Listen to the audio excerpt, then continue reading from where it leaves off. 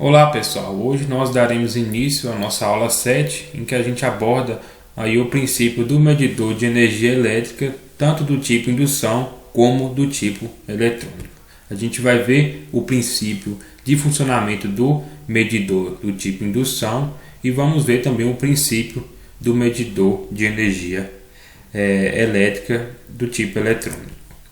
Bom, a medição da energia elétrica ela vai ser fundamental, principalmente quando a gente pensa na questão das concessionárias, uma vez que o faturamento das concessionárias pelo serviço prestado, que seria de entrega de energia elétrica ao consumidor, ele vai depender dessa medição correta da energia elétrica sendo entregue. Então, com base na tarifa vigente naquele momento ali do mercado, é feito o levantamento dessa medição da energia elétrica. Geralmente a concessionária paga um funcionário que vai fazer essa medição. Então, com base nessa tarifa vigente, que é regulada por alguma agência voltada ao mercado de energia elétrica, no caso do Brasil é a ANEEL. Então, com base nessa tarifa e no valor medido, é feito então é levantado então o valor a ser pago pelo consumidor, né, que vai garantir o faturamento da concessionária. Então, pensando nessa correta medição da energia elétrica, diversos medidores de energia elétrica foram desenvolvidos no mercado e o mais tradicional e aplicado hoje é o medidor do tipo indução, principalmente porque esse medidor ele tem uma grande simplicidade em termos construtivos, ele é robusto, o que garante um bom desempenho dele ao longo dos anos, e também ele tem um bom nível de exatidão entre o valor da energia elétrica entregue ao consumidor. Bom, como consideração inicial, a gente tem então que essa concessionária ela vai buscar, né, esse perfeito correto desempenho deste medidor. Para isso, ela vai produzir medidores certificados por alguma agência de certificação. No caso, no Brasil, a gente tem algumas agências que fazem essa regulamentação, como a gente pode ter o exemplo da ABNT, que ela produz algumas regras para essa certificação desses instrumentos, e a gente viu que ela depende então do faturamento da empresa, esse perfeito e correto desempenho.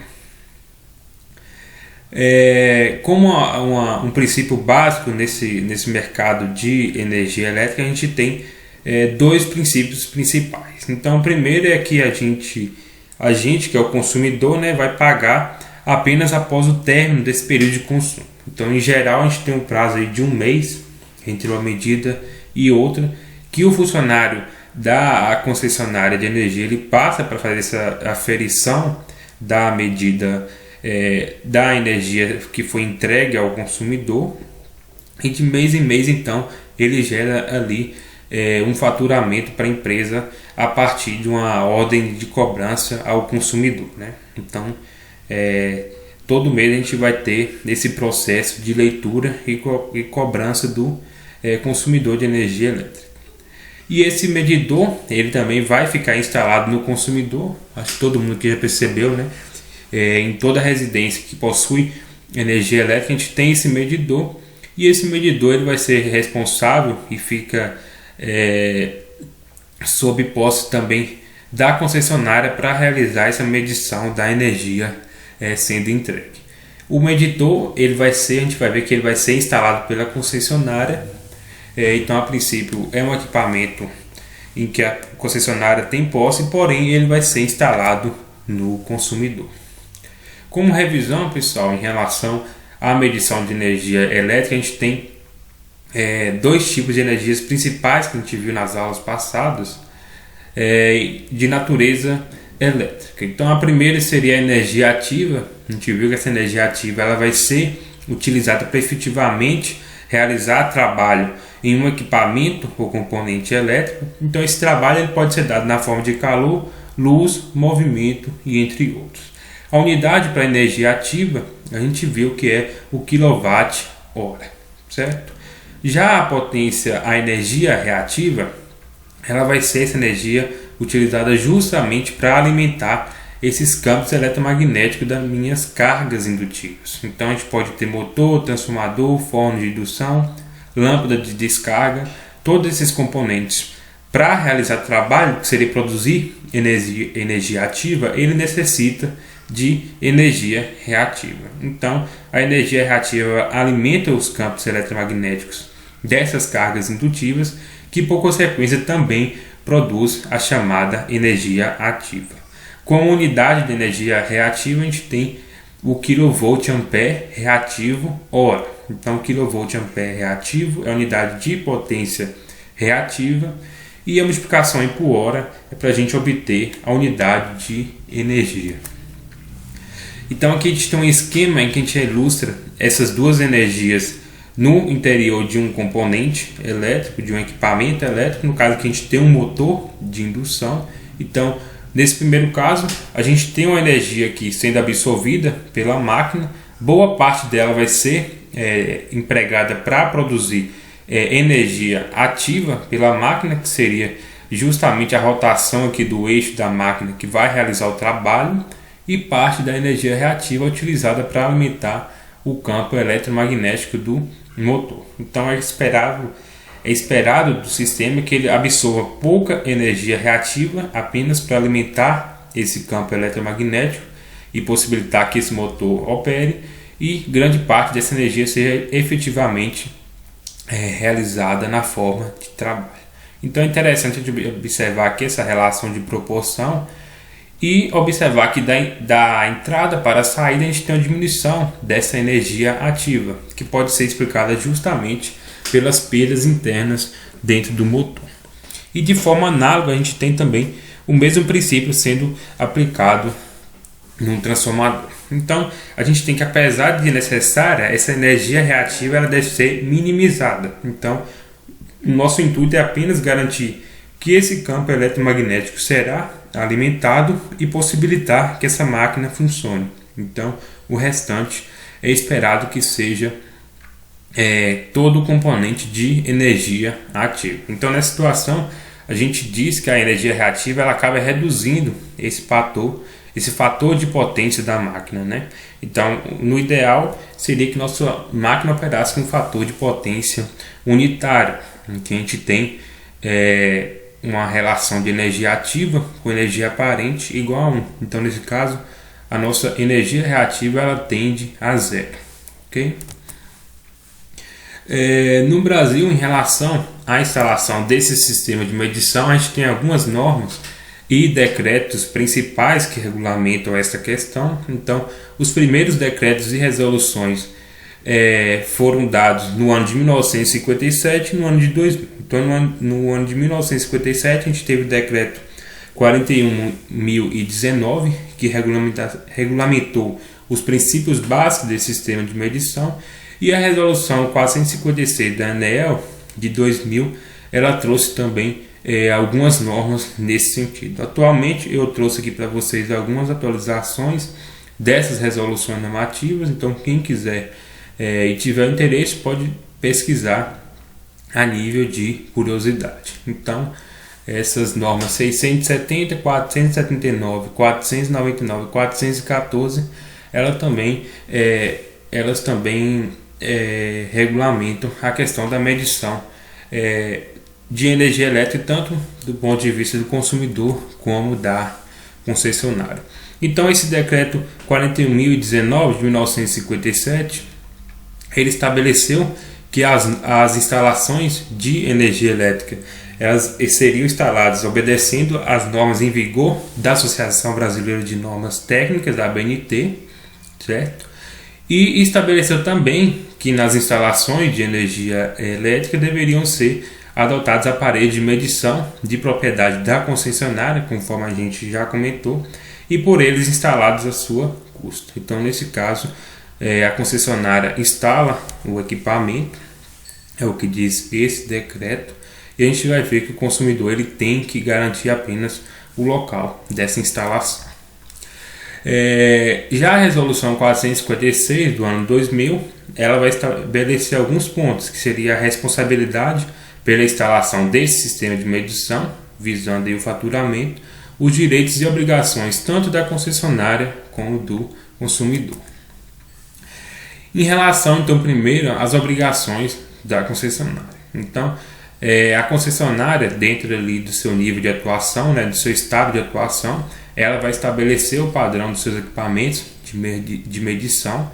Então, todos os equipamentos, a princípios, que aquela concessionária vai instalar em sua região ali de atuação, eles devem seguir o mesmo padrão. Então, nesse sentido, toda vez que a gente tiver alguma alteração dessas normas e padrões técnicos desses equipamentos de medição, ela deve comunicar isso aos consumidores, fabricantes, distribuidores de equipamentos de materiais e equipamentos elétricos, a qual ela faz parte. Então, essa atualização de normas e padrões técnicos, ela sempre tem que ter uma questão de transparência. Então, ela tem que sempre comunicar isso aos consumidores. Ela também deve informar o consumidor a necessidade de construir esses quadros, caixas, painéis ou cubículos de medição, que é justamente para instalar um medidor de energia elétrica. Então, a concessionária, ela espera do consumidor que ele disponha desse local para a instalação. Ela também não pode invocar indisponibilidade à medida que o consumidor ele requer o serviço de energia elétrica. Então, nesse sentido, ela não pode nem negar ou retardar essa ligação e o início do fornecimento ao consumidor. E ela vai instalar às suas custas, né, os medidores e demais equipamentos de medição ao consumidor. Tem algumas situações, então, que a concessionária fica dispensada dessa instalação dos medidores. Então, quais seriam essas situações? Então, primeiro seria o caso do fornecimento para iluminação pública, semáforos ou assemelhados. Então, nessa situação fica a cargo da concessionária essa instalação ou não do medidor de energia elétrica. Se a instalação do medidor também ela não puder ser feita em razão de dificuldade transitória encontrada pelo consumidor. Então, o consumidor ele pode estar passando por alguma situação ou tem alguma limitação física ali que impede essa instalação do medidor, a concessionária também fica dispensada. Em situação de fornecimento de energia elétrica provisório, se o consumidor quiser ter o serviço durante 1 mês, 2 meses ou um período determinado, aí fica a cargo do concessionário fazer essa avaliação, né? E dizer isso para o consumidor, se ela vai ou não instalar um medidor para ele. Além disso, a gente também tem uma limitação em relação ao nível de consumo das unidades consumidoras. Então a gente vai ver que a gente tem 2 grupos principais de consumo mensal de energia elétrica, que seria o grupo A e B. A princípio, para esse grupo B, que aborda aí a maior parte dos tipos de consumidores, principalmente os residenciais, a gente tem que para consumos mensais inferiores a 30 kWh para ligação monofásica, 50 kWh para ligação bifásica e inferior a 100 kWh para ligação trifásica, a concessionária também vai ficar dispensada dessa instalação. Então, ela vai avaliar se ela quer ou não instalar o medidor para esse consumidor. Então, esse aqui seria um critério que faz essa dispensa da instalação devido ao consumo ser inferior ao mínimo estabelecido pelo decreto. E quanto à responsabilidade dos consumidores? Então, primeiro seria de construir essas caixas, quadros, painéis ou cubículos para a instalação dos medidores de energia elétrica, realizar essas adaptações da instalação da sua unidade ali consumidora, né, visando receber esse equipamento de medição, e ele também vai ser responsável por danos ocorridos ao equipamento de medição, decorrentes aí por qualquer procedimento irregular ou deficiência técnica das instalações elétricas da unidade. Então, o consumidor ele nunca deve, por exemplo, violar esse medidor de energia elétrica. Sempre quem tem que fazer esse papel de manutenção e verificação de algum erro de medição ou de não funcionalidade ali do instrumento tem que ser um técnico ali certificado pela concessionária. O consumidor ele vai ser responsável pela custódia desses equipamentos, né?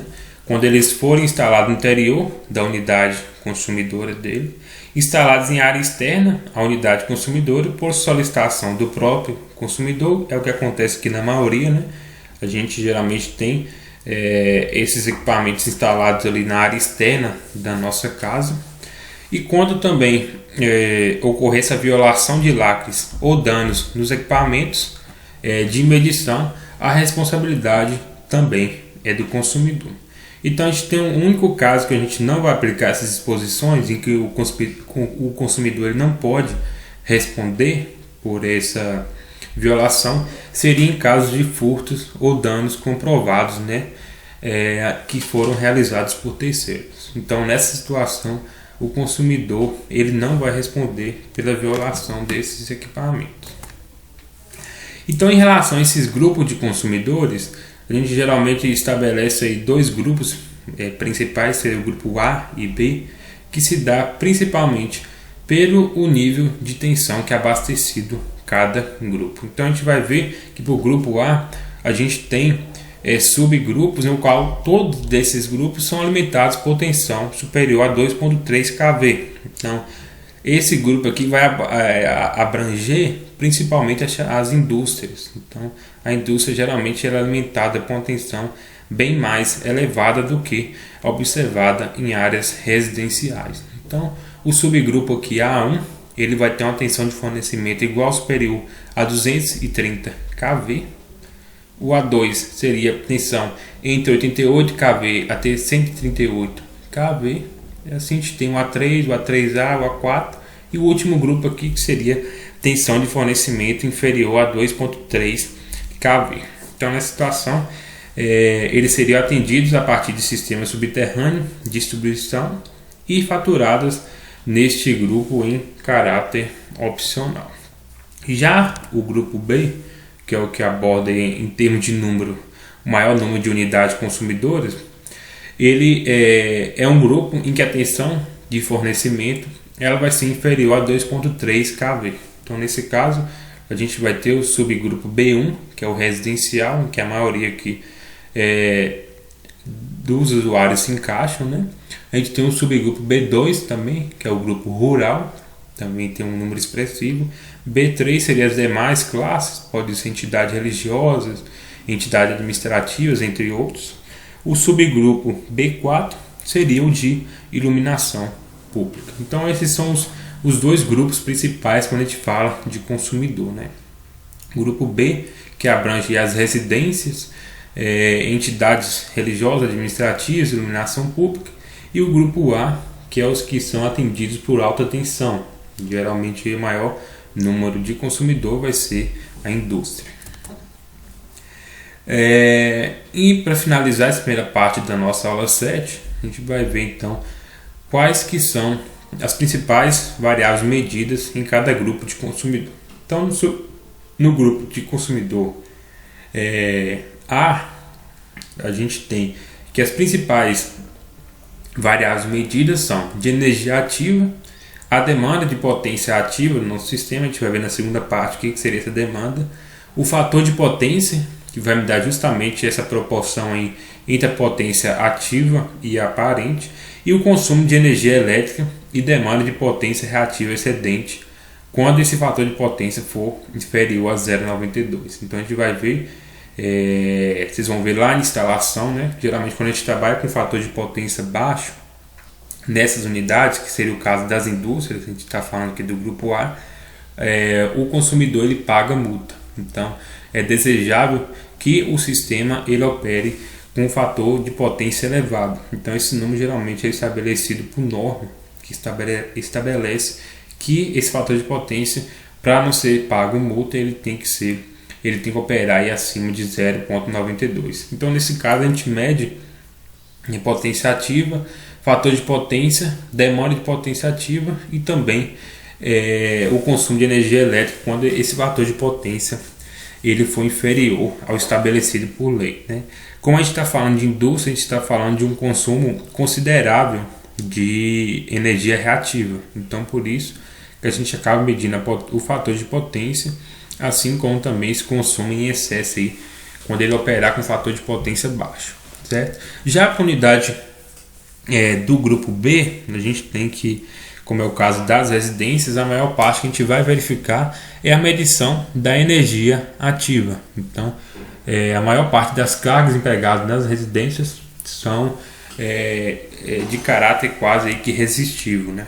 Então, opera com fator de potência perto do unitário. Então, nessa situação, que é o que a gente observa, né, no medidor de energia elétrica, em quase todas as residências, é que ele mede aí a energia ativa da unidade consumidora.